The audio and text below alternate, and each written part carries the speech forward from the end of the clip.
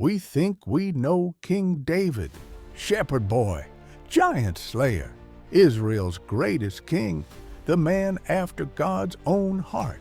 That's the story we're told. But what if that's only half the truth?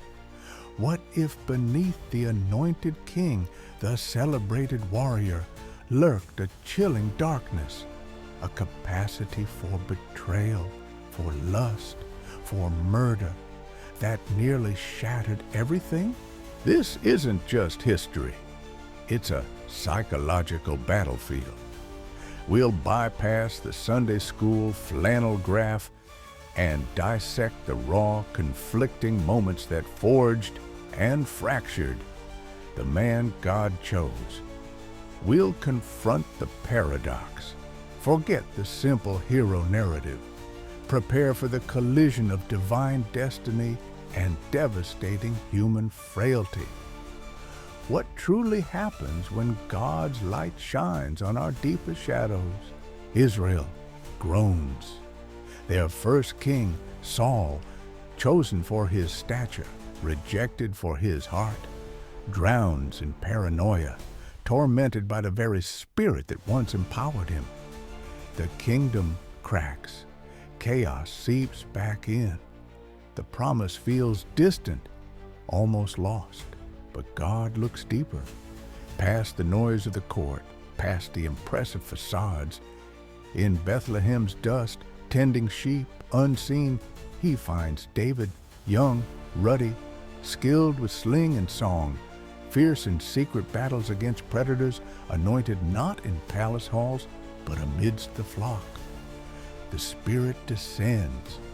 The stage is set for conflict. The ultimate symbol of chaos arrives. Goliath, a blasphemous titan paralyzing God's people with fear. For 40 days, defiance echoes unanswered. King Saul cowers. The established order fails. Enter David, not a soldier, but a shepherd on an errand. He hears the mockery. He sees the fear, and something ignites. Faith forged in wilderness trials. Who is this Philistine, he burns, to defy the living God? He sheds the king's useless armor. He chooses smooth stones, simple weapons against overwhelming force. One sling, one stone, one moment of pure, unadulterated trust. The giant falls. Chaos recedes, shattered not by royal might, but by shepherd's faith. Israel roars. David, the nobody, is suddenly everybody's hero.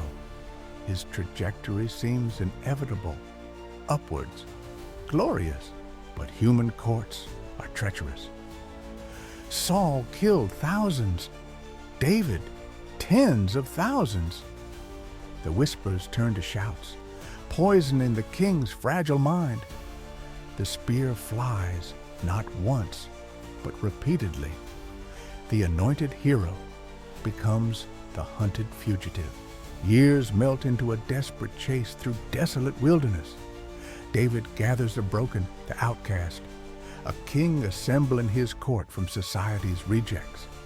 Yet, twice, the hunter becomes the hunted. Saul, helpless, sleeps before him. David's men urge him, "End it. Take the throne." But David refuses.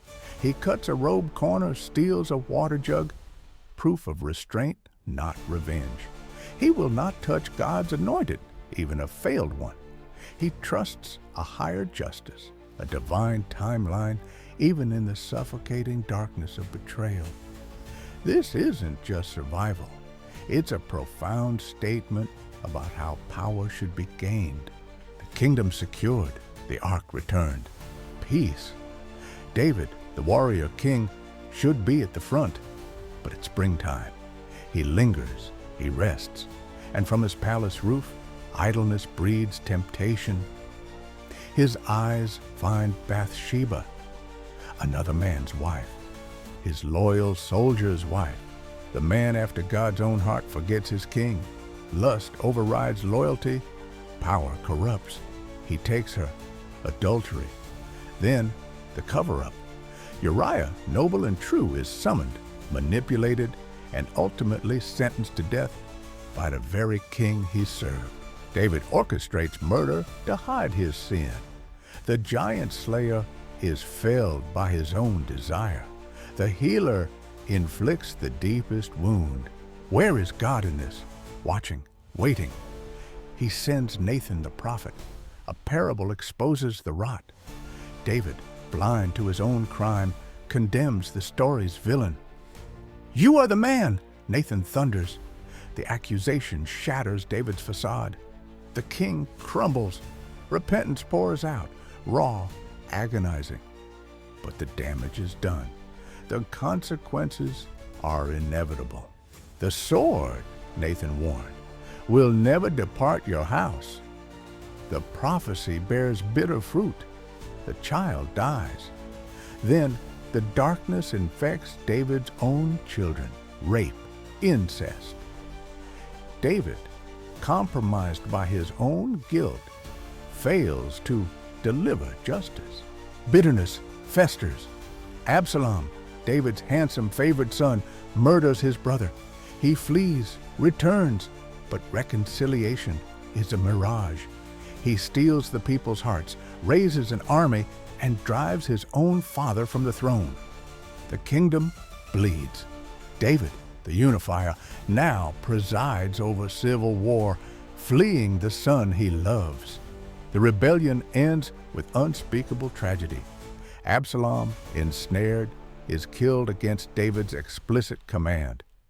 The news breaks the king, not as a ruler, but as a father. "O Absalom, my son, my son!" His cries echo, the hollow sound of victory drenched in personal devastation. The cost of sin reverberates through generations. David returns, a diminished king haunted by ghosts. Even near the end, pride tempts him into a census, provoking God's wrath once more. He secures the throne for Solomon, son of Bathsheba, ensuring the lineage continues, even as his own legacy is permanently scarred. So, who was David? Shepherd and king, poet and warrior, saint and sinner, profoundly faithful, catastrophically flawed, a man intimately familiar with both God's presence and the abyss of his own heart. He fought chaos, conquered kingdoms, wrote timeless worship, and succumbed to lust, murder, and disastrous pride.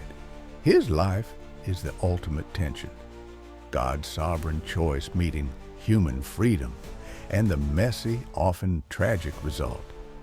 He was the best king Israel had, yet desperately imperfect. He points beyond himself. His very failures amplify the yearning for a different kind of king, a king who wouldn't just push back chaos, but defeat it, a king whose heart was truly undivided, a king who wouldn't take, but give his life. David's story in all its glory and grit prepares the stage and leaves us looking for the true son of David, the one whose reign truly has no end, the healer king who finally offers rest from the chaos within and without. Please show your support by liking this video and subscribing to Verse Within. Click that notification bell so you don't miss our upcoming videos diving deeper into the truths of the Bible. God bless you.